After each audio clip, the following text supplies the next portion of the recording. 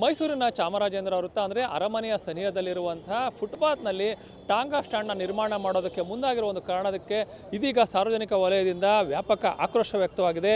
ಈ ಒಂದು ಸ್ಥಳದಲ್ಲಿ ಈಗ ನಾವು ನೋಡ್ತಾ ಇದ್ದೀವಿ, ಈಗ ಚಾಮರಾಜೇಂದ್ರ ವೃತ್ತದ ಸನಿಹ ಮತ್ತು ಟೌನ್ ಹಾಲ್ಗೆ ಹೊಂದಿಕೊಂಡಂತೆ ಇರುವಂಥ ಈ ಫುಟ್ಪಾತ್ನ ಜಾಗದಲ್ಲಿ ಒಂದು ಕಳೆದ ರಾತ್ರಿ ಇದ್ದಕ್ಕಿದ್ದಂತೆ ಇಲ್ಲಿ ಒಂದು ಸ್ಟ್ರಕ್ಚರ್ನ ನಿರ್ಮಾಣ ಮಾಡೋದಕ್ಕೆ ಮುಂದಾಗಿದ್ದಾರೆ. ಒಂದು ಕಟ್ಟಡವನ್ನು ಕಟ್ಟುವ ಮುಖಾಂತರ ಇಲ್ಲಿ ಟಾಂಗಾ ಸ್ಟ್ಯಾಂಡ್ನ ನಿರ್ಮಾಣಕ್ಕೆ ಮಹಾನಗರ ಪಾಲಿಕೆಯಿಂದ ಮುಂದಾಗಿದ್ದಾರೆ ಒಂದು ಮಾತುಗಳು ಕೇಳಿ ಬರ್ತಾ ಇದ್ದು.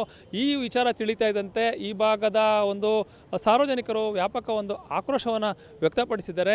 ಇದಕ್ಕೆ ಆಕ್ರೋಶ ವ್ಯಕ್ತಪಡಿಸ್ತಾ ಇದ್ದಂತೆ ಒಂದು ಸದ್ಯಕ್ಕೆ ಒಂದು ಕಾಮಗಾರಿಯನ್ನು ಸ್ಥಗಿತಗೊಳಿಸಲಾಗಿದೆ.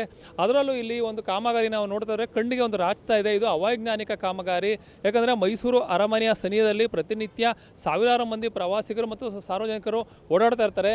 ಇಂಥ ಒಂದು ಅದರಲ್ಲೂ ಪ್ರಮುಖವಾಗಿ ಪ್ರತಿ ವರ್ಷದ ದಸರಾ ಸಂದರ್ಭದಲ್ಲಿ ಒಂದು ಭಾರಿ ಜನಜಂಗುಳಿನೇ ಏರ್ಪಡ್ತದೆ. ಇದೇ ಒಂದು ಸ್ಥಳದಲ್ಲಿ ಸಾವಿರಾರು ಮಂದಿ ಕೂತ್ಕೊಂಡು ಜಂಬೂ ಸವಾರಿ ಮೆರವಣಿಗೆಯನ್ನು ಕಣ್ತುಂಬಿಕೊಳ್ತಾರೆ.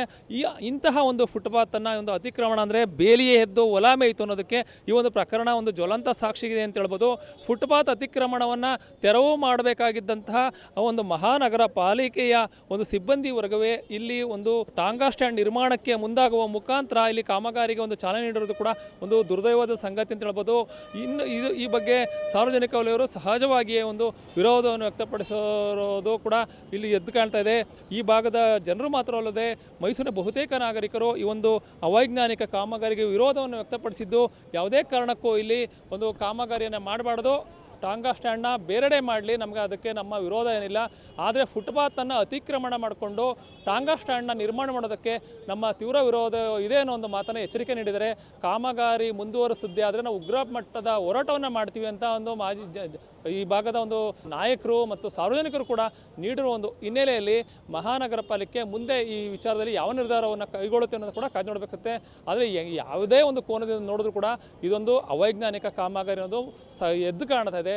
ಈ ಒಂದು ಪಾರಂಪರಿಕ ನಗರ ಮೈಸೂರು, ಇಲ್ಲಿ ಟಾಂಗಾ ಸ್ಟ್ಯಾಂಡ್ನ ನಿರ್ಮಾಣ ಮಾಡುವ ಬದಲು ಬೇರೊಂದು ಸ್ಥಳದಲ್ಲಿ ನಿರ್ಮಾಣ ಮಾಡಿದ್ರೆ ಒಳಿತು ಅನ್ನೋದು ಕೂಡ ಒಂದು ಸಾರ್ವಜನಿಕರ ಅಭಿಪ್ರಾಯ ಆಗಿದೆ ಅಂತ ಹೇಳ್ಬೋದು. ಕ್ಯಾಮ್ರಾ ಪರ್ಸನ್ ಅರ್ಜುನ್ ಜೊತೆ ರಂಗಸ್ವಾಮಿ, ಪ್ರತಿನಿಧಿ ನ್ಯೂಸ್, ಮೈಸೂರು.